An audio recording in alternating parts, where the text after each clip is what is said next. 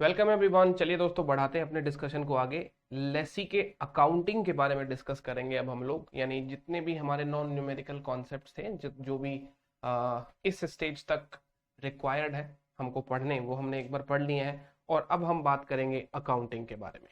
तो लेसी जो है वो अपने बुक्स में अकाउंटिंग कैसे करेगा एक लीज कॉन्ट्रैक्ट की। तो इसको बेसिकली जैसे कि मैं आपको बताते आया हूँ हर अपने क्लासेस के अंदर, कि वो एक फर्स्ट जो अपनी जर्नल एंट्री होती है, हम लोग जो भी हमको राइट ऑफ यूज मिल रहा है एसेट्स के रिगार्डिंग, हम उस राइट ऑफ यूज को बुक करते हैं, लीज लाइबिलिटी को बुक करते हैं। ये तो हमारी इनिशियल कमेंसमेंट डेट के ऊपर अपनी जो है जर्नल एंट्री पास हो जाती है। तो एक साइड अपना एसेट्स मेजर हो जाता है, एक साइड अपनी लाइबिलिटी मेजर हो जाती है, और बाद में हम उन दोनों को आगे बढ़ाते हैं। एसेट्स के अंदर अपने को क्या चेंज करना है, उसको डिप्रिशिएट करना पड़ेगा। लाइबिलिटी को आप अनवाइंड करेंगे, उसके ऊपर इंटरेस्ट लगाएंगे और अपनी लाइबिलिटी को पे ऑफ करेंगे लीज रेंटल के माध्यम से। तो ये सारे के सारे कॉन्सेप्ट्स की जो अपने को जानकारी मिलेगी दोस्तों। तो सबसे पहले वही है कि एक लेसी को a lessee is defined as an entity that obtains the right to use an underlying assets for a period of time in exchange for the consideration।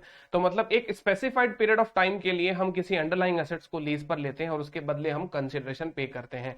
तो ये जो राइट ऑफ यूज आपको मिलता है, ये कौन है? ये ही लेसी है। तो लेसी को डिफाइन ही इस स्टैंडर्ड के कॉन्टेक्स्ट के अंदर किया गया है, राइट ऑफ यूज के कॉन्टेक्स्ट के अंदर किया गया है। तो यहाँ पे at the commencement date a lessee shall recognise a right of use assets and a lease liability in days 116 requires lessees to recognize a lease liability to make lease payments and an asset representing the right to use the underlying assets.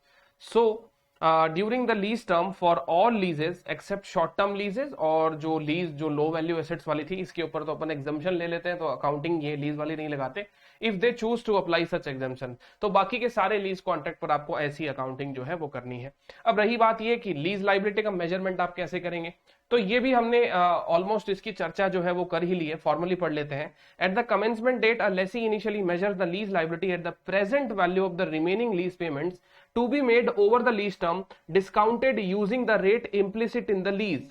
ठीक है ना?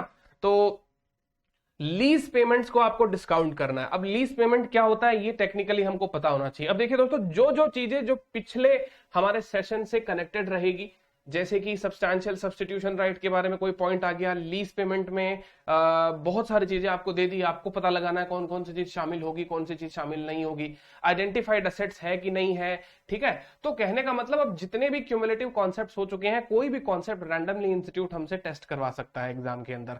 तो आपको पिछले concepts के साथ में एकदम वेल वर्स्ड रहना है और अपने अकाउंटिंग को आगे बढ़ाना है।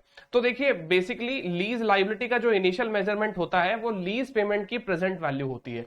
तो present value of the remaining lease payment to be made over the lease term, जिसको आप डिस्काउंट कैसे करेंगे, वही हमारा interest rate implicit in the lease. पहली पसंद तो वो हो जाएगी, और जब वो रेडिली डिटरमाइनेबल नहीं है, हम उसको अगर नहीं निकाल सकते, तो फिर बाद में हम कौन सी रेट यूज लेंगे? लेसी वाली incremental borrowing rate. Be very much careful over here कि interest rate implicit in the lease जो है वो लेसर के कैश फ्लोज को ध्यान में रखते हुए निकाली जाती है। That is fair value of the assets involve in the lease plus initial direct cost के बराबर सारे के सारे कैश फ्लो की प्रेजेंट वैल्यू उस पर उस रेट से आप डिस्काउंट करें, तो वही रेट आपकी interest rate implicit in the lease होगी। बट समटाइम्स वही बात है, जैसा कि मैंने आपको कहा कि प्रैक्टिकली पॉसिबल नहीं हो पाता ये सब काम करना, तो उस कंडीशन में आप इंक्रीमेंटल बोरोविंग रेट फिर लेसी वाली काम में लेंगे। So lease payment used in measuring the lease liability are amounts due to the lessor excluding any payment that a lessee makes before lease commencement. Before lease commencement, यहां पर आपको lease payment के बारे में फिर से इन्होंने कह दिया कि पीछे रेफर करें, तो हम लोग लीज पेमेंट के बारे में ऑलरेडी पढ़ के आ गए हैं दोस्तों। तो at the commencement date the lease payment included in the measurement of the lease liability comprises the following payments for the right to use the underlying asset during the lease term that are not paid at the commencement date. तो यहां पर commencement date को ये सारे के सारे payments आपके outstanding है, यही आपके राइट ऑफ यूज को मेजर करवाएंगे और लीज लाइबिलिटी को मेजर करवाएंगे। और इनके बारे में हम आज पहली बार नहीं दोस्तों, ऑलरेडी पढ़ चुके हैं। फिक्स्ड पेमेंट आपको बताया था मैंने कि फिक्स्ड जो लीज रेंटल का पार्ट होता है वो जो आपके इसमें इन सब्सटेंस फिक्स्ड पेमेंट्स भी आएंगे, और less any lease incentive receivable. यदि आपका कोई लीज इंसेंटिव है तो आप उनको लीज पेमेंट से कम जरूर करें, क्योंकि एक साइड आप पेमेंट कर रहे हो, दूसरे साइड लेसर आपको पेमेंट कर रहा है, नेट भाषा में बातचीत होनी चाहिए, ऐसा नहीं होना चाहिए कि ओवर स्टेटेड लीज जो है वो बुक्स में रिकॉर्ड हो जाए। फिर बाद में वेरिएबल पेमेंट में इंडेक्स बेस्ड, रेट बेस्ड जो होते हैं, इन्फ्लेशन ओरिएंटेड वेरिएबल पेमेंट्स आते हैं, आपको अपने को मालूम है ये वाली बात, तो वो सारी चीजें आएंगी। बाकी के वेरिएबल पेमेंट जो है लीज पेमेंट का पार्ट नहीं बनते, वही बात है। फिर बाद में यहां पर सबसे पहले इन्होंने दे दिया कि रेजिडुअल वैल्यू गारंटी है, गारंटेड रेजिडुअल वैल्यू है वो भी आती है, राइट, सबसे लास्ट में रख सकते हैं इसको, कोई बात नहीं, ऑर्डर कुछ भी हो सकता है। And the exercise price of the purchase option और टर्मिनेशन ऑप्शन, है ना, तो ये सारी की सारी चीजें हम सब लोग पढ़ चुके हैं दोस्तों। इन सब चीजों का प्रेजेंट वैल्यू अपने को निकालना है। तो आइए इस एग्जांपल की हेल्प लेते हैं और देखते हैं कि कैसे निकाला जाएगा। तो देखिए, entity L enters into a lease for 10 years with a single lease payment payable at the beginning of each year. तो कहने का मतलब एक साल में सिंगल लीज पेमेंट ही होगा, एक साल में हम बार बार लीज पेमेंट नहीं करेंगे, और एक साल का जो किराया होगा वो हम आपको, लीज पेमेंट जो भी होगा वो हम आपको ईयर के बिगिनिंग में ही पे कर देंगे। देखिए यहाँ पे दोस्तों आपको बहुत ध्यान रखना है, ये सारी चीजें जो होती है ना वो सिली मिस्टेक्स करवा देती हैं। ईयर बिगिनिंग में, पेड इन एडवांस और पेबल इन अरियर, है ना, तो ये सारे जो शब्द होते हैं ना इन सबको बहुत बहुत ध्यान से रखिएगा, क्योंकि क्या होता है ना कि ये आपको कॉन्सेप्ट सारा समझ में आ गया, आपको पूरा इंडेक्स 116 का नॉलेज हो गया, बट यहाँ पे ये बिगनिंग एंडिंग को अगर थोड़ा सा इग्नोर कर दिया तो डिस्काउंटिंग फैक्टर गलत निकल जाएगा, अगर बाद में पूरा सम ही आपका डिस्ट्रॉय हो जाएगा। तो please pay very much attention over here starting में क्वेश्चन को पढ़ने में, कि लीज का पेमेंट जो है वो होता कब है। तो इनिशियल लीज पेमेंट जो है वो आपका 1 लाख रुपए का है। Lease payment will increase by the rate of LIBOR each year. देखिए, अब लीज पेमेंट फिक्स नहीं हुए, अब आपके बदलते रहेंगे, हर साल बदलते रहेंगे, लाइबोर के बेसिस पर बदलते रहेंगे, बट ये जो इंटरेस्ट रेट आपके बेंचमार्क्ड लीज पेमेंट हो गए, तो इंटरेस्ट रेट के बेसिस पर बदल रहे हैं, और ये इंटरेस्ट रेट क्या है दोस्तों, इन्फ्लेशन ओरिएंटेड रेट है। तो कहने का मतलब अगर इंटरेस्ट रेट पे बेंचमार्क किया गया है, आपने अपने लीज रेंट को मैच करवाया है लीज पेमेंट्स को बेस्ड ऑन लाइबोर, तो उसको हम वेरिएबल बिल्कुल मान लेंगे, बट वो वेरिएबल लीज पेमेंट में शामिल होने वाले वेरिएबल लीज रेंटल होंगे, इनको हम लीज पेमेंट से हटाएंगे नहीं। तो कहता है ये लाइबोर जो है वो हमको ऐसे लगता है स्टार्टिंग में कि 2-2% से हर साल सालाना बढ़ेगा, हमें ऐसा लगता है। तो देखिए, कमेंसमेंट डेट को तो आपको एग्जैक्ट कितना बढ़ेगा वो तो किसी को नहीं पता है, तो कमेंसमेंट डेट को तो आपको एस्टिमेट लेकर ही चलना पड़ेगा ना, कि हर साल मेरा इतना इतना लीज पेमेंट जो है वो बढ़ जाएगा।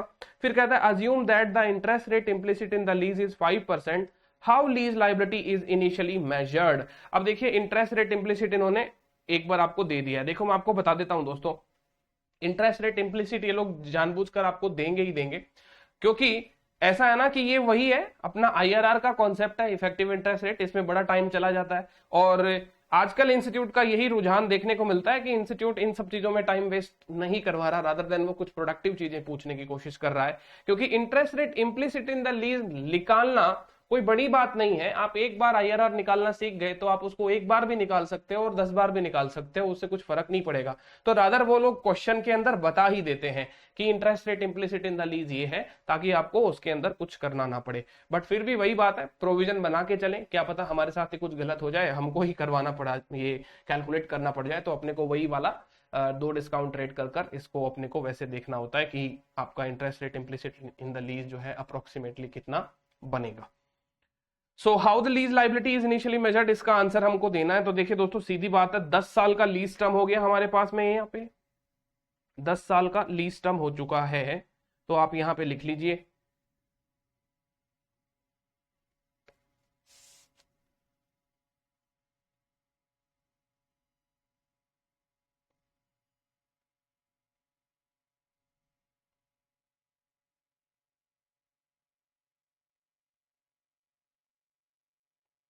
First year, second year, third year, fourth year, fifth year, sixth year, seventh year, eighth, ninth और 10th ईयर।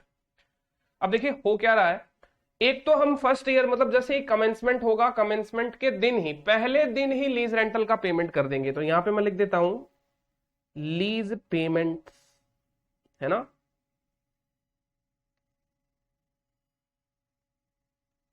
तो पहला लीज पेमेंट तो सर जी मेरा यहां पर ही चला जाएगा 1 लाख रुपए, और जैसा कि कहा गया है कि हर साल 2-2% इंक्रीज होगा। अभी मुझे पता नहीं है कि फ्यूचर में क्या होगा, बट आज तो यही पता है ना अपने को, तो जो डेटा आज अपने को पता है उससे आप मेजर करिए, और जैसे जैसे वो रेट चेंज होगी ना उस समय हम अपने इस कॉन्ट्रैक्ट को रीमेजर कर देंगे। ठीक है, तो आज तो अपन क्या करते हैं, 2-2% बढ़ा देते हैं लीज रेंटल को। 1,02,000 के बाद में फिर प्लस 2%, 1,04,040, और आप भी इसको ऐसे ही आगे बढ़ाते चले। 1,06,121,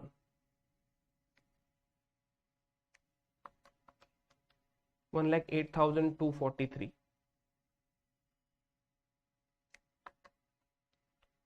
1,10,408, 1,12,616, 1,14,869। लास्ट डिजिट पे मैं राउंड ऑफ कर रहा हूं हर जगह पे। 117,166,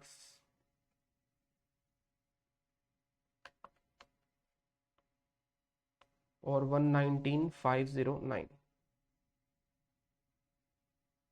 ठीक है, तो ये मेरे लीज पेमेंट हो गए। यहां तक तो किसी को कोई दिक्कत नहीं होगी दोस्तों। अब करना क्या है कि जो भी मेरे लीज पेमेंट हो गए, ये तो मेरे एब्सोल्यूट अमाउंट है, इनका प्रेजेंट वैल्यू थोड़ी ना निकाल लिया अभी अपन ने। तो प्रेजेंट वैल्यू के लिए हमको क्वेश्चन में कह दिया गया है कि आपको जो रेट यूज लेनी है वो आपको रेट यूज लेनी है 5%। अब 5% रेट यूज लेनी है ना, तो यहां पर वैसे तो आपको ध्यान ही होगा दोस्तों, इसमें तो कोई खास ऐसे बात है नहीं इतनी। तो प्रेजेंट वैल्यू फैक्टर अगर अपन लगाएंगे तो ये पहले वाले जो लीज पेमेंट्स है ना, फर्स्ट ईयर का ये जो 1 लाख रुपए का यहाँ पर जो पेमेंट हो रहा है, यहाँ पर आप पीवी फैक्टर मत लगा देना, क्योंकि ये मतलब 0 पॉइंट ऑफ टाइम पे ही हम पे कर दे रहे हैं, इसमें तो कोई टाइम वैल्यू आ ही नहीं रहा, टाइम का गैप ही नहीं है। तो इसका तो फैक्टर क्या हो जाएगा सर जी, इसका फैक्टर हो जाएगा 1, है ना, इसका फैक्टर क्या हो जाएगा 1। अब इसके बाद में आप 5% से फैक्टर निकालें तो 1/1.05। तो ये काम कर लेते हैं, इसको अपन पहले फैक्टर लिख देते हैं, 0.9523, 4 डिजिट तक ले लें, 9524, 9524, नेक्स्ट ईयर का 9070, फिर 8638, एंड देन 8227,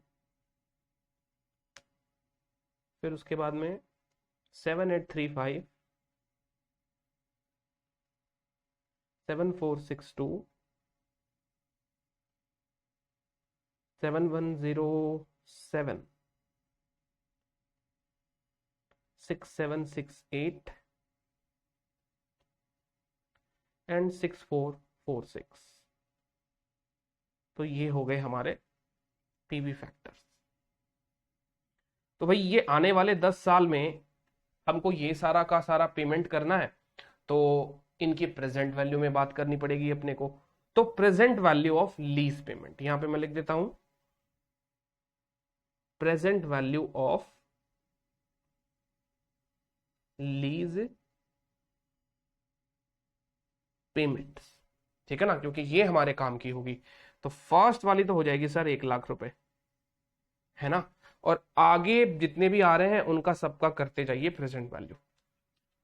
तो 102 इंटू 0.9524, ठीक है, और इसको मेमोरी में भी डालते जाइए ताकि साथ में सम टोटल कर लेंगे। तो 97144.8, 97144, राउंड ऑफ कर ले 5, ठीक है ना। फिर 104040 मल्टीप्लाई बाय 0.9070, 94364, 94364, 106121 मल्टीप्लाई बाय 0.8638, ये हो जाएगा 91667, 108243 मल्टीप्लाई बाय 0.8227, 89052। अब यहाँ पे दोस्तों क्या होता है, जब लाइव क्लास होती है ना, उसको बहुत मिस करता हूं मैं क्योंकि जब मैं लेक्चर रिकॉर्ड करता हूं तो कोई होता नहीं है, तो सब कुछ मुझे ही करना पड़ता है। 0.7835, बट आप इसको फास्ट फॉरवर्ड कर सकते हैं अपनी कैलकुलेशन करके।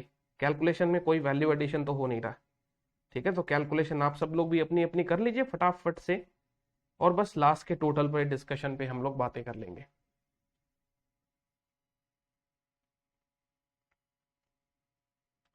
One one two 616 multiply by 0.7462, 84034, 84034, 114869 multiply by 0.7107,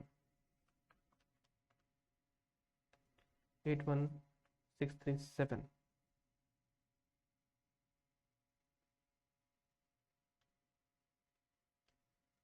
117,166 multiplied by 0.6768, 79298,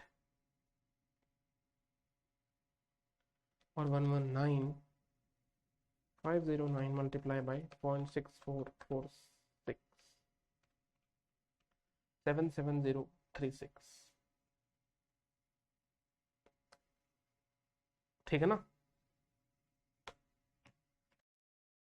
हाँ जी, तो दोस्तों इसका टोटल जो है वो आ रहा है 880738, 880738। अब रही बात ये है कि अब देखिए यहाँ पे क्या होता है ना, कि जब तक ये स्टैंडर्डाइज नहीं रहेगा तो बड़ी दिक्कत ये है कि सर 4 डिजिट लें, 3 डिजिट लें, या कई बार तो कैलसी के जो आते हैं 12 डिजिट, सब लोग उससे ही मल्टीप्लाई कर देते हैं, तो सबके आंसर डिफरेंट होने ही वाले हैं। तो जितने भी लीज पेमेंट है उनका एक बार के लिए हमने प्रेजेंट वैल्यू जो है वो निकाल लिया है। वो हमारा आ रहा है 880738, मतलब 8,80,738 रुपए का हमारा इनिशियल जो है कमेंसमेंट डेट के ऊपर जो जर्नल एंट्री पास किया जाएगा, वो ये पास किया जाएगा। क्या करेंगे हम, राइट ऑफ यूज, नाम क्या है सर का, नाम, अच्छा इसमें लीज लाइबिलिटी इन्होंने कहा है कि केवल लीज लाइबिलिटी मेजर करिए, तो इन्होंने एसेट्स का नाम बताया नहीं। बट अगर इंसेप्शन के ऊपर एंट्री पास करते तो हम यहाँ पे क्या एंट्री कर देते कि right of use assets account debit to lease liability, कितने रुपए से, 880738 से। ठीक बात है ना। तो ऐसे हम लोग इनिशियल जो लीज लाइबिलिटी होगी उसका मेजरमेंट करेंगे। ठीक है, तो आइए इसके क्वेश्चन में देख लेते हैं इनके आंसर्स क्या हैं। इनका है आंसर 880887, तो वही है ये। अच्छा इन्होंने 3 डिजिट्स लिए हैं, वो फर्क हो गया होगा।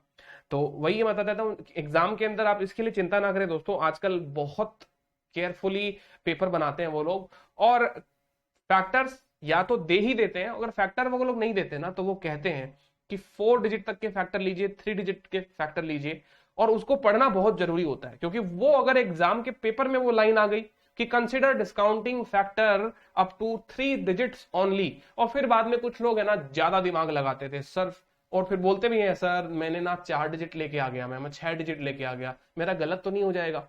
अरे भाई देखो, गलत सही की बात आप लोग ऐसे क्यों करते हो, मतलब इंस्टीट्यूट ने वो इसलिए दिया है ना ताकि वो स्टैंडर्डाइजेशन रहे। तो इसके बारे में बहुत ध्यान से रखना दोस्तों, जब भी कोई क्वेश्चन एग्जाम का आप पिक कर रहे हैं तो उसके नीचे जो भी डायरेक्शंस हो उनको आराम से फॉलो कर लीजिएगा, क्योंकि क्या है ना कि फिर बाद में अगर क्वेश्चन में लिखा हुआ है कि 3 डिजिट तक लेना है, फिर क्यों लिया आपने 4 डिजिट तक, है ना, तो वो बात सही नहीं होती है। बाकी क्या है कि कुछ एग्जामिनर उसको कंसिडर भी कर लेते हैं, और कुछ एग्जामिनर जो प्रोफेशनल हाई प्रोफेशनल स्टैंडर्ड के होते हैं वो बोलते हैं क्यों भाई पेपर क्यों नहीं पढ़ा अच्छे से, काट देगा नंबर, है ना, तो बिना फालतू में क्यों ही नंबर कटवाना। तो थोड़ा सा अपने अपने अंदर ये हैबिट डेवलप कर लें कि एग्जाम में डिस्काउंट फैक्टर जो भी दिया हो उसकी रिस्पेक्ट करें, या फिर जो गाइडेंस दिया हो उसकी बात को माने।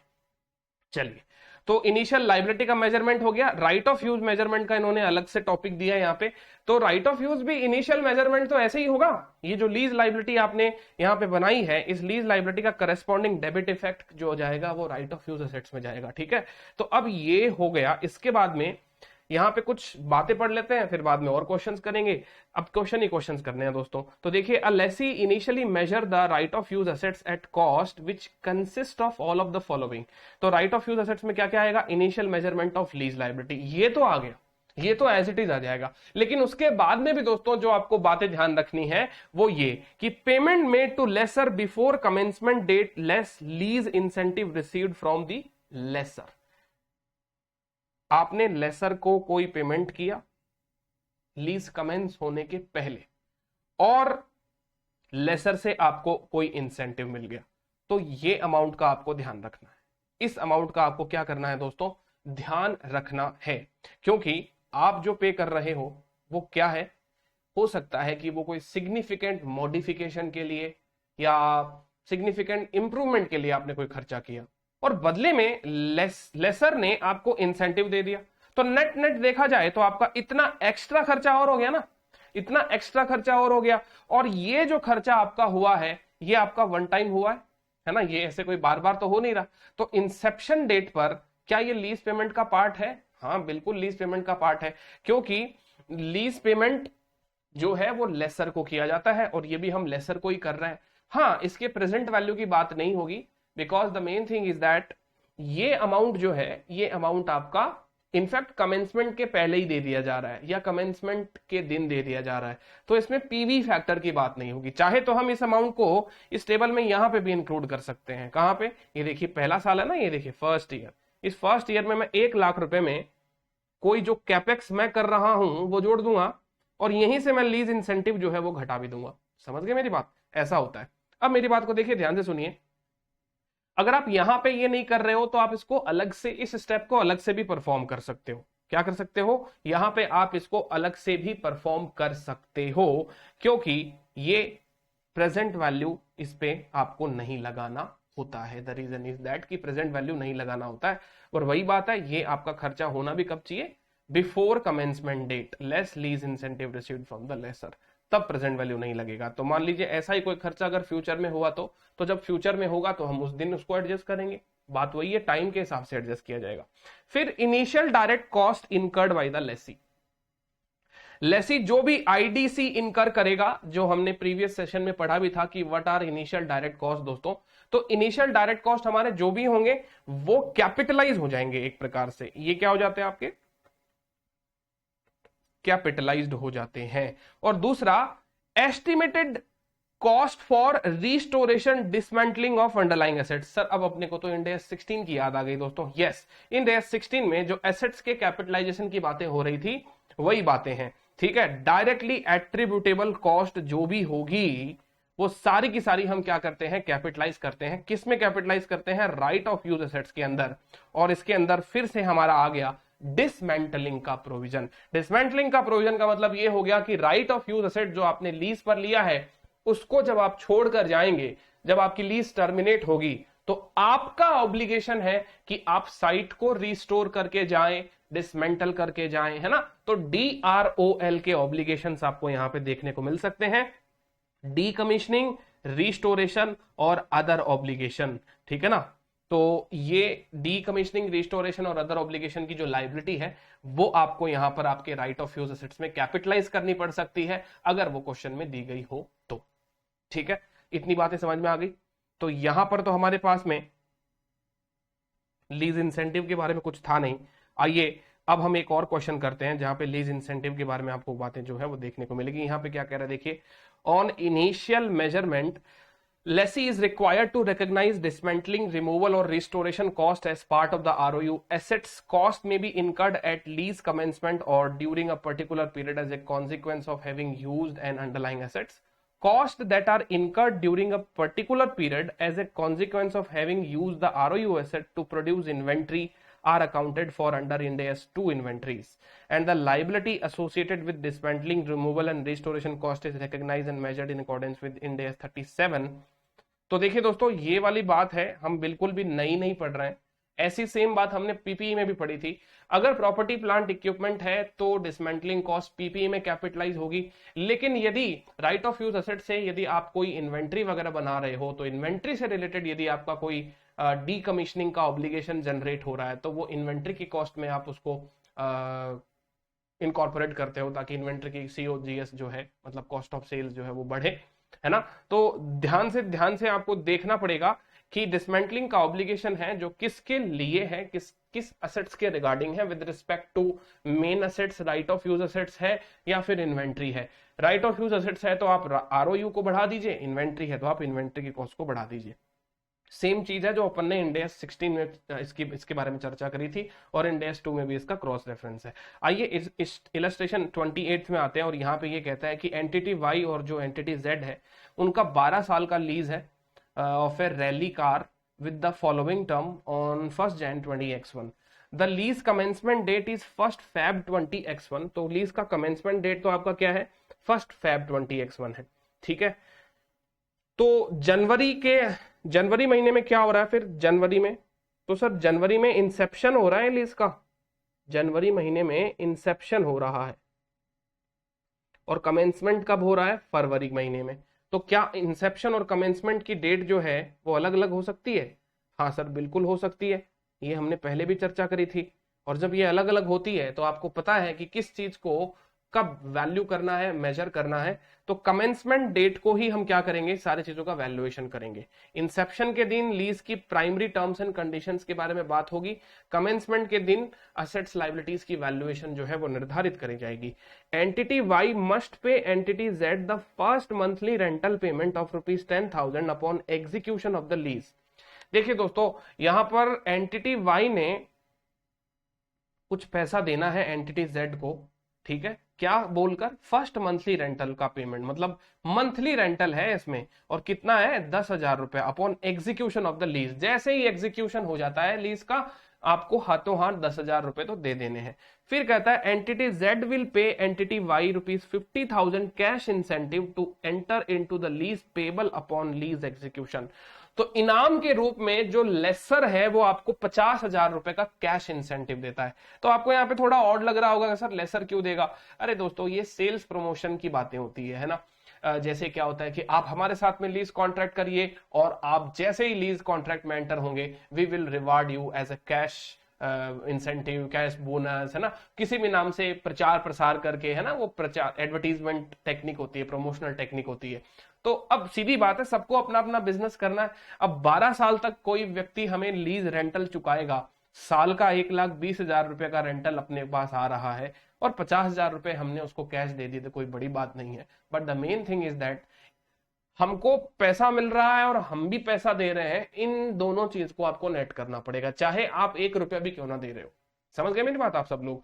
यानी ये व्यक्ति आपको 10,000 रुपीज पर मंथ देगा, आप इसको 50,000 वन टाइम देंगे, बट भले ही चाहे आप वन टाइम दीजिए, लेकिन आने वाले सारे के सारे पेमेंट्स में से ये 50,000 रुपीज आपको ये माइनस करना पड़ेगा, बिकॉज ये 50,000 रुपीज क्या है, इंसेंटिव है। इंसेंटिव पेमेंट्स हमने पहले भी पढ़ा था कि वो लीज पेमेंट से माइनस कर दिए जाते हैं, तो हम इसको 50,000 को माइनस कर देंगे, ठीक है। फिर entity Y incurred ₹1,000 of initial direct cost, तो हम इनिशियल डायरेक्ट कॉस्ट जो है 1,000 रुपए की हमारी लग गई, किसकी लगी है, वाई। अब यहां पर मेरी बात को समझ लीजिएगा कि वाई जो है वो यहाँ पे कौन सी एंटिटी है। तो देखिए दोस्तों, यहाँ पे एंटिटी वाई जो है वो लेसी है और एंटिटी जेड जो है वो लेसर है। और यहाँ पे एंटिटी वाई जो है उसको 1,000 रुपए का इनिशियल डायरेक्ट कॉस्ट लग रहा है लीज के कॉन्ट्रैक्ट में। तो मैंने आपको कहा था कि अगर लीज के कॉन्ट्रैक्ट में एंटर होने के लिए, और या मतलब ऐसा कोई कॉन्ट्रैक्ट, मतलब जो आप लीज का कॉन्ट्रैक्ट कर रहे हो उसमें कोई इंक्रीमेंटल एक्सपेंसेस आपका जनरेट हो रहा है, लग रहा है, तो ऐसे खर्चे को हम कैपिटलाइज करते हैं राइट ऑफ यूज असेट्स के अंदर। किसमें? राइट ऑफ यूज असेट्स में। सो यहां पे कह रहा है which are payable on 1st Feb, और पहले 1st Feb को ही ये आपके खर्चे जो है वो पेबल है, मतलब लीज में एंटर होते ही, दैट मीन्स कमेंस होते ही। So entity Y calculated the initial lease liability as the present value of the lease payments discounted using its incremental borrowing rate, because the rate implicit in the lease could not be readily determined and the initial lease liability is 8,50,000. तो इन्होंने present value जो है वो देखिए दोस्तों, इन्होंने खुद ने ही निकाल के दे दी है। तो प्रेजेंट वैल्यू किसकी निकाली जाएगी? ये जो 10-10 हजार के लीज रेंटल जो आने वाले 12 साल तक होंगे, और अगर ये हमको निकालने के लिए कहते तो देखिए निकालना तो कोई बड़ी बात नहीं है, निकाल लिया जा सकता, बट बहुत लेंथी हो जाता और उसके अंदर कुछ सीखने को तो ऐसा कुछ खास मिलता नहीं है। तो देखिए 10-10 हजार रुपए का जो 12 साल मंथली लीज रेंटल आएगा, उसकी मंथली डिस्काउंट रेट को आपको फैक्टर करके उसका प्रेजेंट वैल्यू निकालना है, जो सीधा सीधा इन्होंने बता दिया कि 8,50,000, राइट। तो अब देखिए 8,50,000 तो आ गया आपका present value of lease payment. तो यहां पे आप लिख सकते हैं इसको कि ये present value of future lease payments, ठीक है ना, 8,50,000। तो 8,50,000 ये तो हो गया हमारा लीज पेमेंट का प्रेजेंट वैल्यू। अब आपसे पूछा गया है कि राइट ऑफ यूज की क्या वैल्यू होगी, आरओयू को कैसे कैपिटलाइज करेंगे। तो ये देखिए दोस्तों, राइट ऑफ यूज जो भी एसेट्स होगा हम उसको डेबिट करते हैं लीज के कॉन्ट्रैक्ट में। लीज लाइबिलिटी को भी मेजर करते हैं अपन, क्या करते हैं, लीज लाइबिलिटी को मेजर करते हैं। अब मेरी बात को बहुत ध्यान से समझिएगा कि यहां पर जो हमारा ये जो लीज पेमेंट का प्रेजेंट वैल्यू निकाला गया है 8,50,000 रुपए, ये वो अमाउंट है जो फ्यूचर में हमें पे करना है। बट इसमें एक अमाउंट ऐसा है जो लीज के कमेंसमेंट के पहले पहले ही दे देना है आपको, यानी लीज कमेंस ही नहीं हुआ उसके पहले पहले ही पे करना है, मतलब वो तो आप पे कर चुके होंगे, यानी ये वो अमाउंट है जो आपको पे करना है, राइट। इसको मैं ऐसे कह सकता हूं कि ये मेरा पेबल इन फ्यूचर है, अभी पे नहीं हुआ है ना। और एक मेरा 10,000 का यहाँ पे जो पेमेंट है वो लीज के कमेंसमेंट होने के पहले पहले आपका पे हो चुका है, ऑलरेडी पेड। अब इसमें गलती ये हो जाती है कि ये 10,000 को कंसिडर नहीं करते कुछ लोग, और फिर बाद में गलत अमाउंट जो है वो आपका फाइनल आंसर का आ जाता है। तो ये 10,000 तो मेरा ऑलरेडी पेड हो गया ना।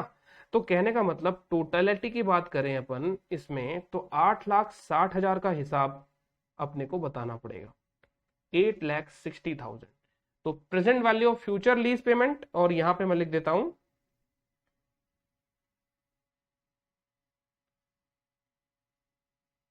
Lease payment already paid before commencement. ये मेरा लीज कमेंस होने के पहले पहले ही पे आउट हो चुका है। तो टोटल हो गया 8,60,000। फिर मैंने आपको बताया था दोस्तों कि इसमें जब आपको इंसेंटिव मिलता है तो आपको नेट कर लेना है कि आप भी दे रहे हो और वो भी दे रहा है। तो पहले आप एक काम करो, जो वो दे रहा है लेसर आपको 50,000 रुपीज, उससे आप अपने लीज पेमेंट्स को नेट कर लो। तो 8,60,000 माइनस 50,000 करेंगे, ठीक है। तो आपका जो पेमेंट होगा ये हो गया आपका नेट। फिर उसके बाद में ये हो जाएगा आपका 8,10,000। तो ये तो हो गया आपकी लीज लाइबिलिटी, एक तरीके से लीज लाइबिलिटी हो गई आपकी, है ना। और ये लीज लाइबिलिटी जो है इसमें आपको राइट ऑफ यूज एसेट्स का जो इनिशियल डायरेक्ट कॉस्ट है ना, इसे यहां पे मैं लिख देता हूं इसको, इनिशियल डायरेक्ट कॉस्ट 1,000 रुपए वो लग रहा है मेरा। तो कहने का मतलब 8,11,000 रुपए की एसेट्स हो गई हमारी। इसमें लीज लाइबिलिटी कितने की है, तो देखिए लाइबिलिटी तो दोस्तों सिर्फ 8,50,000 की है, क्योंकि 10 तो मैं पे कर चुका हूं, तो 10 को लाइबिलिटी तो नहीं दिखा सकता ना मैं। लाइबिलिटी मैं किसे दिखाऊंगा दोस्तों, लाइबिलिटी उस चीज को दिखाया जाएगा जो मुझे पे करनी है, और जो मुझे पे ही नहीं, मतलब जो ऑलरेडी पे हो चुकी है उसको मैं लाइबिलिटी तो नहीं दिखा सकता। तो अब देखिए दोस्तों, इस क्वेश्चन को समझना बहुत इंपॉर्टेंट है। नंबर वाइज आपने समझ लिया, अब इसको जर्नल एंट्री वाइज भी समझ लेते हैं कि राइट ऑफ यूज एसेट्स तो 8,11,000 आएगा, ये तो आपको सबको पता है। 8,11,000 का राइट ऑफ यूज एसेट्स आएगा। लीज लाइबिलिटी देखिए दोस्तों, मैं आपको बता देता हूं, लीज लाइबिलिटी जो है वो आपकी 8,50,000 है, जिसमें से आपको ये 50,000 नेट कर देना है। तो लीज लाइबिलिटी आपकी सिर्फ 8 लाख रुपए की है, जो आपको पे करनी है। ठीक है, फिर आप कुछ पेमेंट ऑलरेडी कर चुके हैं टू बैंक साइड में, मैं लिख देता हूं 10,000 का पेमेंट आप ऑलरेडी कर चुके हैं। पहला लीज पेमेंट, लीज कमेंसमेंट होने के पहले, जो आपके राइट ऑफ यूज असेट्स में कैपिटलाइज हो रहा है, देख लीजिए एक प्रकार से, है ना। और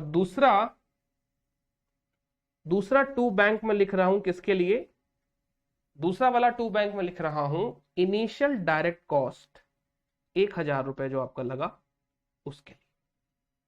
तो अब आपको मतलब समझ में आया ना कि राइट ऑफ यूज असेट्स 8,11,000 कैसे आया। देखिए 8,11,000 में से मुझे 8 लाख रुपए तो फ्यूचर में देने हैं, 10,000 रुपीज ऑलरेडी पे कर चुका हूं लीज पेमेंट का, और 1,000 रुपीज मेरा खर्चा लग गया लीज के कॉन्ट्रैक्ट में एंटर होने के लिए, जिसको मैंने कैपिटलाइज किया है। तो ये मेरा अकाउंटिंग ट्रीटमेंट हो गया दोस्तों।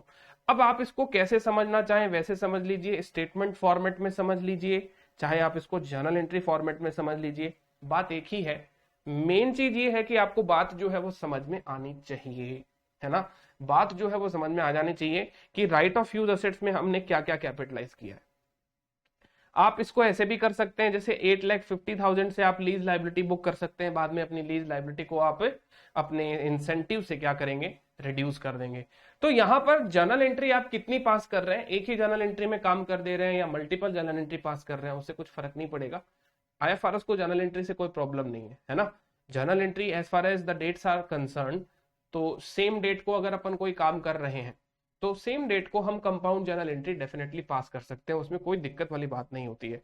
But the main thing is that कि आपका जो नॉर्मल कहते हैं ना अकाउंटिंग ट्रांजेक्शन जो भी हुआ है उसका इफेक्ट सही होना चाहिए, उसकी फाइनेंशियल रिपोर्टिंग सही होनी चाहिए। तो यहाँ पे स्टैंडर्ड का जो ऑब्जेक्टिव है वो यही है कि राइट ऑफ यूज असेट जो है वो सही बुक हो, लीज लाइबिलिटी जो है वो हमारी सही बुक हो जाए, ठीक है। और यहां पर ये जो 10,000 रुपीज का पेमेंट हम ऑलरेडी कर चुके हैं इसकी एंट्री सही बुक हो जानी चाहिए, और ये 1,000 रुपए का इनिशियल डायरेक्ट कॉस्ट लगा ये हमारा सही तरीके से कैपिटलाइज हो जाना चाहिए। तो अब यहाँ पे हो सकता है आपको इसमें डाउट आए सर कि सर आपने यहाँ पे लीज लाइबिलिटी जो है वो 887038 बुक कराई है, जिसमें से 1 लाख रुपीज तो मुझे इमीडिएटली पे करने हैं। तो हाँ, तो आप कर दीजिए ना, आप इसका पेमेंट जब करेंगे तो एंट्री यही होगी ना फर्स्ट वाले इलस्ट्रेशन में कि lease liability account debit, immediately ये वाली एंट्री पास करते ही आप ये वाली एंट्री कर देंगे टू बैंक, कितने रुपए से, 1 लाख रुपीज से, है ना। तो अब देखिएगा क्या होगा, जब आप 1 लाख रुपीज से ये वाली एंट्री पास करेंगे तो हम क्या कर सकते हैं, ऑल्टरनेटिवली इन दोनों जर्नल एंट्रीज को नेट भी कर सकते हैं।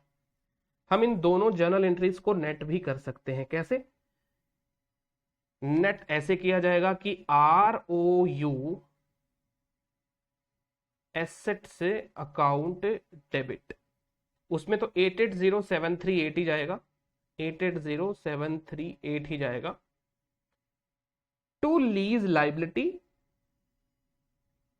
जब कमेंस हो रही है आपकी लीज, क्योंकि उसी दिन आपको पेमेंट करना है ना, तो आपकी जो लीज लाइबिलिटी होगी वो कितनी हो जाएगी, 780,738, 780,738, और टू बैंक इमीडिएटली पेमेंट हो जाएगा, है ना।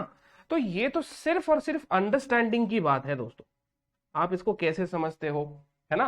क्योंकि ये तो वो 11वीं क्लास की जर्नल एंट्रीज हो गई कि हम कैसे प्रेजेंटेशन करें इसका, 2 एंट्री पास करके दिखाएं या एक में ही एडजस्ट कर दें यहाँ, तो ये हमारे ऊपर निर्भर करता है, टोटली डिपेंड्स ऑन यू कि how do you present different transaction by passing a single journal entry और कंपाउंड जर्नल एंट्री, है ना, या फिर डिफरेंट जर्नल एंट्री भी पास करके आप उस चीज को प्रेजेंट करके बता सकते हो। But the main thing is that आपको ये बात ध्यान रखनी होगी कि आपको अपनी लीज लाइबिलिटी को लीज इंसेंटिव से कम करना है, राइट, जो भी आपको इंसेंटिव मिलेंगे।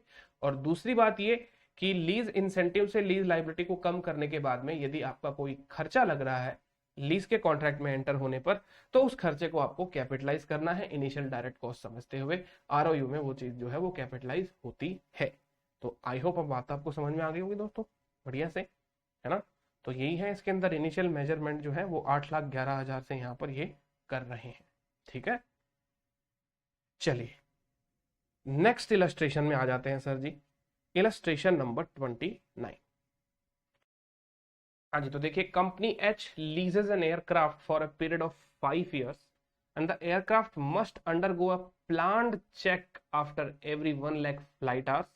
At the end of the lease, company H must have a check performed or refund the cost to the lessor irrespective of the actual number of flight hours. देखिए, यहां पर आप जो फ्लाइट ऑपरेट करते हैं उसका our calculation होता है, टेक्निकल कैलकुलेशन है ये, जो भी कंसर्न्ड अथॉरिटी है वो करेंगे।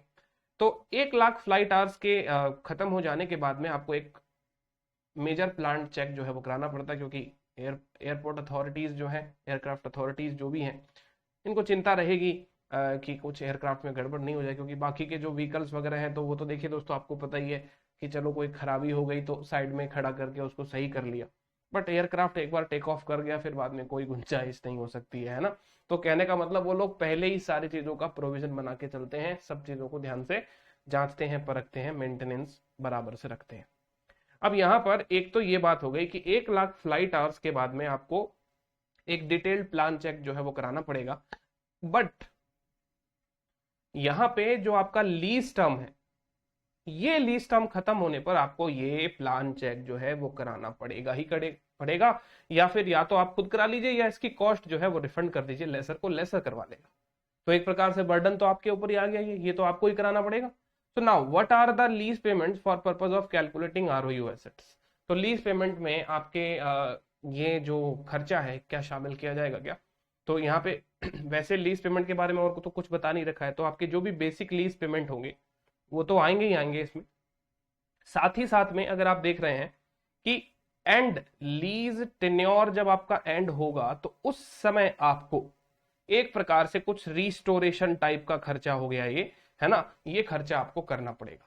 तो ये जो रिस्टोरेशन टाइप का खर्चा होगा ना आपका, क्या ये हमारे राइट ऑफ यूज एसेट्स में काम आएगा? कैलकुलेटिंग आरओयू एसेट्स, आरओयू एसेट्स में से हमें कैपिटलाइज करना चाहिए। तो देखिए दोस्तों, सीधी बात है, ये आरओयू एसेट्स के अंदर कैपिटलाइज होगा क्योंकि डायरेक्टली एट्रीब्यूटेबल खर्चा है। तो देखिए, as a result company H has to recognise a provision for the cost of the final check, present value of the expected cost, क्योंकि जब ये खर्चा लगेगा उस समय जो टाइम वैल्यू है वो आपको ध्यान रखनी पड़ेगी, क्योंकि एक पर्टिकुलर पीरियड ऑफ टाइम के बाद में ये खर्चा होगा, तो प्रेजेंट वैल्यू पे आपको इस खर्चे को ध्यान रखना है। At the same time these cost must be included in the cost of the right of use assets pursuant to para number 24D of India 116। तो इसकी अकाउंटिंग क्या हो जाएगी कि एक पर्टिकुलर पीरियड, लेट्स से कि 5th ईयर में आपका ये जो एक्स अमाउंट है वो खर्चा होगा, तो इस एक्स अमाउंट का हम प्रेजेंट वैल्यू निकालेंगे। ऐसा ही हम करते थे इंडिया 16 के अंदर। प्रेजेंट वैल्यू जो है वो आपका DROL, प्रोविजन फॉर डिकमिशनिंग रिस्टोरेशन और अदर ऑब्लिगेशन हो गया एक प्रकार से। तो यहाँ पे आपका ये जो प्लान चेक है रिस्टोरेशन का एक प्रकार से खर्चा हो गया, आपको बुक करना है। तो इसकी बुकिंग कैसे करेंगे? तो आप कहोगे सर ये होगी एंट्री आपकी ROU assets account debit to provision for, जो भी इसका नाम होगा हम उस नाम से इस चीज को बुक कर लें। ठीक है, एक बार मैं इसको DR, डिकमिशनिंग रिस्टोरेशन और अदर लाइबिलिटीज में लिख देता हूं। तो जो भी प्रेजेंट वैल्यू होगा उस प्रेजेंट वैल्यू से ये खर्चा जो है वो बुक हो जाएगा। समझ गए आप मेरी बात? तो अब देखिए, यहां पर एक चीज आपको और समझनी पड़ेगी, ये खर्चा लीज पेमेंट में शामिल किया जाएगा कि नहीं जाएगा, मतलब इस एंट्री का इफेक्ट जो है राइट ऑफ यूज पे तो आ ही गया है, क्या ये एक्सपेंसेस लीज पेमेंट का पार्ट होगा या नहीं? क्योंकि जब हम लीज पेमेंट्स की बात करते हैं या इनिशियल रिकॉग्निशन की बात करेंगे,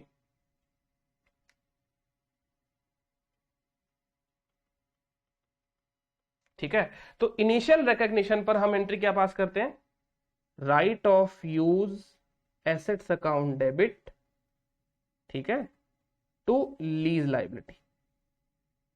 तो जो हमारी ये वाली एंट्री है इसको आप ध्यान से समझिए, इस वाली एंट्री में क्या इस particular decommissioning restoration other obligation का इफेक्ट इस एंट्री में आएगा कि नहीं आएगा, ये वाली बात है इंपॉर्टेंट। तो आप देखिए, ध्यान से समझिए इस पर्टिकुलर चीज को, ये खर्चा सिर्फ लेसी अपने बुक्स में कैपिटलाइज कर रहा है, लेसी अपने बुक्स में कैपिटलाइज कर रहा है, और इस खर्चे को हम लेसर को नहीं पे कर रहे हैं बेसिकली, है ना, इसको हम लेसर को पे नहीं कर रहे हैं, बल्कि ये खर्चा हम हमारे सर के ऊपर ऑब्लिगेशन ले रहे हैं। और लिस्ट में तो लिखा हुआ ना सर, देखिए कि आप उसको लेसर को भी दे सकते हो। अरे तो लेसर को भी अगर मैं दूंगा तो लेसर उस पैसे को अपने पास थोड़ी ना रखेगा लीज रेंटल के फॉर्म में, वो तो उससे मेंटेनेंस करवा लेगा, एक प्रकार से रीइंबर्समेंट हो गया वो तो अब यहां पर आप मेरी बात को बहुत ध्यान से समझिएगा कि ये खर्चा है, इस खर्चे का ऑल टोटल ऑब्लिगेशन मैं बीइंग अ लेसी मेरे ही सर पर ले रहा हूं, तो मेरे राइट ऑफ यूज एसेट्स में ये कैपिटलाइज हो सकता है और मेरे को इसका सेपरेट लाइबिलिटी बनाना पड़ेगा। ये लीज लाइबिलिटी नहीं है, ये मेरा provision for restoration expenses type बनेगा, जो कि आपका इंड AS 16 की तरह अनवाइंड होते होते आगे ग्रॉस अमाउंट पे चला जाएगा, बाद में इसका पेमेंट कर देंगे। There is nothing to do with the laser.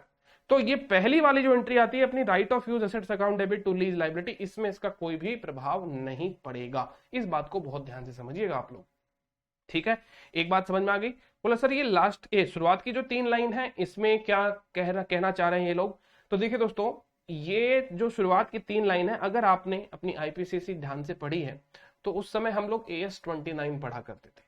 AS 29 में एक क्वेश्चन हुआ करता था कि एयरक्राफ्ट कंपनी है, उसको प्रोविजन बनाना है, ओवरहॉल का प्रोविजन बनाना है, ठीक है। उसके ऊपर एक क्वेश्चन था कि भाई हर एयरक्राफ्ट कंपनी 5-5 साल से अपने एयरक्राफ्ट को ओवरहॉल कराती है, रेगुलर ओवरहॉलिंग कराती है, तो उस रेगुलर ओवरहॉलिंग का उसको प्रोविजन बनाना चाहिए या नहीं बनाना चाहिए। उसी की सेम ये तीनों लाइनें हैं, ठीक है। चलो मैं आपको दिखा भी देता हूं, एक सेकंड रुकिए, थोड़ा टाइम दीजिए, मैं वो एक बार ओपन कर लेता हूं। हाँ जी, तो देखिए ये क्वेश्चन मैं एक बार ले आया, और ये क्वेश्चन लाने का रीजन ये था क्योंकि ये बात एकदम इससे कनेक्टेड है, तो इसको समझना बहुत जरूरी है। देखिए फैक्ट क्या है क्वेश्चन के, airline is required by law to overhaul its aircraft once in every 5 year. बात वही हो गई कि 1 लाख और ऑपरेट करने के बाद में आपको उसको मेंटेन कराना पड़ेगा, है ना, तो वो ओवरहॉल कराना है, तो फैक्ट एकदम सेम ही हो गया। कहता है the Pacific airline which operate aircraft does not provide any provision as required by law in its final account. और हमने इसका कोई प्रोविजन नहीं बनाया। सरकार कहती है, मतलब जो भी हमारे लीगल रेगुलेशंस है वो कहते हैं कि ये प्रोविजन आपको कराना ही कराना है once in 5 years. So discuss with reference to the relevant accounting standard number 29। तो AS 29 प्रोविजन का अकाउंटिंग स्टैंडर्ड हुआ करता था। तो उस समय हम क्या करते थे दोस्तों, इसका प्रोविजन बनाते थे नहीं बनाते थे, इस बात का डिस्कशन करना था। तो देखिए दोस्तों, मैंने आपको एक बात शायद पहले बताई भी होगी AS 29 के अंदर, थोड़ी पुरानी बात हो गई, और मैंने नहीं बताई है तो आपने जरूर पढ़ी होगी कि जो प्रोविजन हमारे बनते हैं वो प्रेजेंट ऑब्लिगेशन के बनते हैं।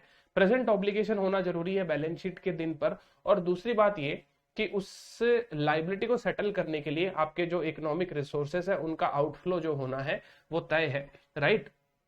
तब जाके उसका रिलायबल एस्टिमेट अगर अपन बना सकते हैं, मेजर कर सकते हैं उन सारी चीजों को, तो प्रोविजन बना देना चाहिए।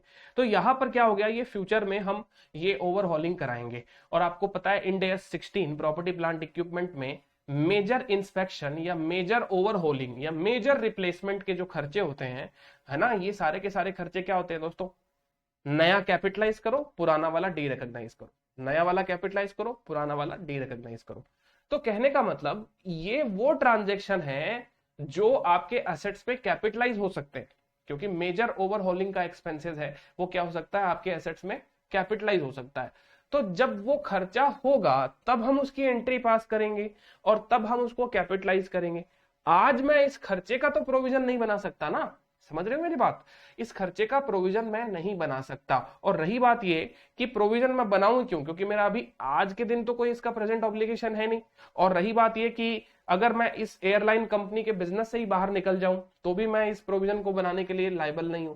तो कहने का मतलब ये एक ऐसा खर्चा हो गया ओवरहॉलिंग का खर्चा जो फ्यूचर में आपको इनकर करना पड़ेगा, फ्यूचर में ये आपका होगा और उस समय आपको इसकी एंट्री पास करनी चाहिए। आज इसका कुछ भी नहीं करना चाहिए। रादर कानून तोड़ने पर जो पेनल्टी लगेगी, है ना, मतलब एयरलाइन कंपनी का ये जो कानून है, जो एयरपोर्ट अथॉरिटीज है उनका ये कानून जो बनाया हुआ है, अगर ये कानून उनका है, मतलब लीगल कोई प्रोविजन है, तो वो कानून आपने तोड़ा और तोड़ दिया तो कानून तोड़ने पर पेनल्टी लग सकती है। तो आपको पेनल्टी का प्रोविजन बनाना चाहिए, ये क्वेश्चन है ना। तो यहां पे देखिए कहता है cost of overhauling aircraft is not recognised as provision because it is a future obligation and the incurring of the expenditure depends on the company's decision to continue to operate the aircraft in the near future, है ना। तो ये वाली बात इसका reason हुआ करता था। फिर कहता है प्रोविजन जो आपको रिकॉग्नाइज करना चाहिए, फाइन, पेनल्टी, इसका प्रोविजन बनाना चाहिए, क्योंकि अगर आपने मेंटेनेंस नहीं कराया तो सरकार आपके ऊपर फाइन लगाएगी, उसका आपको प्रोविजन जो है वो बनाना चाहिए। ठीक है। ऐसे ही 83 ये जो क्वेश्चन है, इसके अलावा एक क्वेश्चन और भी हुआ करता था कि एक कंपनी को अपने प्रेमाइजेस में स्मोक डिटेक्टर्स जो है वो लगाने पड़ेंगे। स्मोक डिटेक्टर्स, जो बीड़ी सिगरेट पीते हैं ना, उनकी धुएं को डिटेक्ट कर ले, ताकि वो कंपनी जो है वो सेफ रहे, ताकि और कोई आग वाग ना लग जाए। इसकी वजह से हम लोग प्लांट एंड इक्विपमेंट के, सॉरी, फर्नीचर एंड फिटिंग्स के पार्ट में हम स्मोक डिटेक्टर्स भी इंस्टॉल कर देंगे। तो ऐसा कुछ क्वेश्चन हुआ करता था। तो एंटिटी ने वो स्मोक डिटेक्टर नहीं लगाए, तो जो आपकी लोकल म्युनिसिपल कॉर्पोरेशन है वो आपको फाइन कर देगी, है ना, स्मोक डिटेक्टर्स नहीं लगाने के। तो स्मोक डिटेक्टर नहीं लगाने का फाइन लगेगा आपका 10,000 रुपए, और स्मोक डिटेक्टर्स का कुल पैसा लगेगा आपका 10 लाख रुपए। पूरे बिल्डिंग में 10 लाख रुपए के स्मोक डिटेक्टर्स लगेंगे। बताइए प्रोविजन बनाएंगे कि नहीं बनाएंगे। तो रीजन इसका ये है कि हम यहाँ पे प्रोविजन बिल्कुल नहीं बनाएंगे स्मोक डिटेक्टर्स को लगाने का, क्योंकि स्मोक डिटेक्टर क्या है दोस्तों, फ्यूचर में एक खरीदी जाने वाली एसेट्स है। हम फ्यूचर में देखेंगे, जब उसको खरीदेंगे तब उसकी अकाउंटिंग एंट्री पास कर देंगे, आज कैसे उसकी एंट्री पास कर दे, समझ गए। बट हाँ, स्मोक डिटेक्टर्स ना लगाने की वजह से दोस्तों, स्मोक डिटेक्टर्स ना लगाने की वजह से जो पेनल्टी या जो फाइन मुझे लोकल म्युनिसिपल कॉर्पोरेशन को देना पड़ेगा, वो मेरा ऑब्लिगेशन हो गया, है ना। तो उसका मेरे को प्रोविजन बनाना चाहिए। तो ये कॉन्सेप्ट मैं आपको बताना चाह रहा था before I should explain this thing to you. यहां पे भी यही बात कही है दोस्तों, सेम बात कहता है, in the given case the legal requirement to perform a check after every 1 lakh flight hours does not directly lead to an obligation as it depends on the future circumstances. Future में मैं अगर इस assets को operate ही ना करूं, मान लो 1 lakh flight our में इसको उड़ाऊं ही नहीं, मशीन प्लेन को, तो मेरे को क्यों करना है ये सारा काम, है ना। तो कहने का मतलब अब मेरा कोई ऑब्लिगेशन है ही नहीं अभी इसका प्रोविजन बनाने के लिए। So as it depends on future circumstances and however as the check must be carried out at the end of the lease irrespective of the actual number of flight hours give, हाँ, so actual number of flight hours give rise to an obligation. तो कहने का मतलब ये वाली बात हो गई कि आपको ये देखना है कि यहां पर आपका ऑब्लिगेशन जो है वो किसका है। यहां पे ये तो यूज बेस्ड ऑब्लिगेशन हो गया है ना। ये तो आपका क्या हो चुका है दोस्तों, यूज बेस्ड ऑब्लिगेशन की 1 लाख फ्लाइट आवर्स ऑपरेट करेंगे तब जाके ये आपको खर्चा करना पड़ेगा, तब जाके आपको ये खर्चा करना पड़ेगा, तब तक ये खर्चा आपको नहीं करना पड़ेगा। अच्छा, दूसरी बात ये कि ये जो लेसर है उसको आप अगर ये एसेट वापस लौटा रहे हो, चाहे आपने लिया और 5 साल तक बिल्कुल भी आपने इसको काम नहीं लिया, जो भी इसका लीज पीरियड था क्या था, 5 साल, हाँ 5 ईयर्स तक आपने बिल्कुल भी अगर इसको काम में नहीं लिया है, तो भी ये खर्चा आपको करना पड़ेगा। तो अब ऑब्लिगेशन आया कि नहीं आया, हाँ। तो अब ये अनअवॉइडेबल ऑब्लिगेशन आ चुका है मेरा कि भाई मैं अगर आज बैलेंस शीट डेट को ही इस लीज से बाहर हो जाऊं तो मुझे आज के दिन इस पर्टिकुलर अमाउंट का पेमेंट करना पड़ सकता है। दैट इज माई ऑब्लिगेशन, वही तो मेरा रिस्टोरेशन ऑब्लिगेशन है। तो उसका तो प्रोविजन बनाना पड़ेगा ना मुझे, इसलिए मैं उसका प्रोविजन बना रहा हूं दोस्तों। और वो जब उस पर्टिकुलर चीज का मैं प्रोविजन बना रहा हूं तो ये प्रोविजन जो है दोस्तों, ये प्रोविजन हमारे एसेट में तो कैपिटलाइज हो जाएगा एज पर इंड AS 16, उसकी तरह ही, है ना, सेम वही का वही प्रिंसिपल लग रहा है। और प्रोविजन फॉर डीकमिशनिंग हम बनाएंगे जो कि फ्यूचर में अनवाइंड होता चला जाएगा। ये मेरा क्या होगा दोस्तों, ये प्रोविजन फॉर डीकमिशनिंग मेरा अनवाइंड होता चला जाएगा। अनवाइंडिंग अप इसकी हम लोग करेंगे फ्यूचर के अंदर, फाइनेंस कॉस्ट प्रोवाइड करेंगे इसके ऊपर, ग्रॉस अमाउंट पे ये आता चला जाएगा, है ना दोस्तों। तो इस पर्टिकुलर चीज का लिंक जो है हमारे प्रीवियस AS 29 से कह दीजिए या हमारे इंड AS 37, वो भी यही है। जो AS 29 आप लोगों ने IPCC में पढ़ा ना, कुछ अकाउंटिंग स्टैंडर्ड तो एकदम डिक्टो है वो के वही जो आपने IPCC में पढ़े। बोला सर हमने IPCC में पढ़े ही नहीं कोई स्टैंडर्ड, सारे आप पढ़ाओ। तो वो तो करना ही है, बट फिर भी याद तो आते ही होंगे कभी ना कभी किए हुए, है ना। तो वही वाली बात है, मैं तो पढ़ाऊंगा ही। तो देखिए AS 29 और इंड AS 37 से इसका बहुत ही कोरिलेशन है, और कौन से वाले क्वेश्चन से इसका रिलेशन है तो दोस्तों वो भी मैंने आपको बता दिया, है ना। तो आपको अब ये क्वेश्चन जो है अच्छे से समझ में आ गया होगा। इसको हम कहते हैं initial recognition of lease liability और ROU एसेट्स। इसके ऊपर अपनी थोड़ी ये चर्चा हो गई। अब ऐसे ये इनिशियल रिकॉग्निशन किया है, इसके आगे हम सब्सिक्वेंट मेजरमेंट के अंदर बात करेंगे, फिर बाद में रीमेजरमेंट की भी बातें होगी, है ना। तो अब ये प्रैक्टिकल पोर्शन जो है वो आगे बढ़ता चला जाएगा। तो इसके नेक्स्ट पार्ट का डिस्कशन हम करेंगे हमारे नेक्स्ट सेशन के अंदर। ठीक है दोस्तों, चलिए तो मिलते हैं हमारे नेक्स्ट सेशन में। तब तक के लिए thank you guys, thank you so much.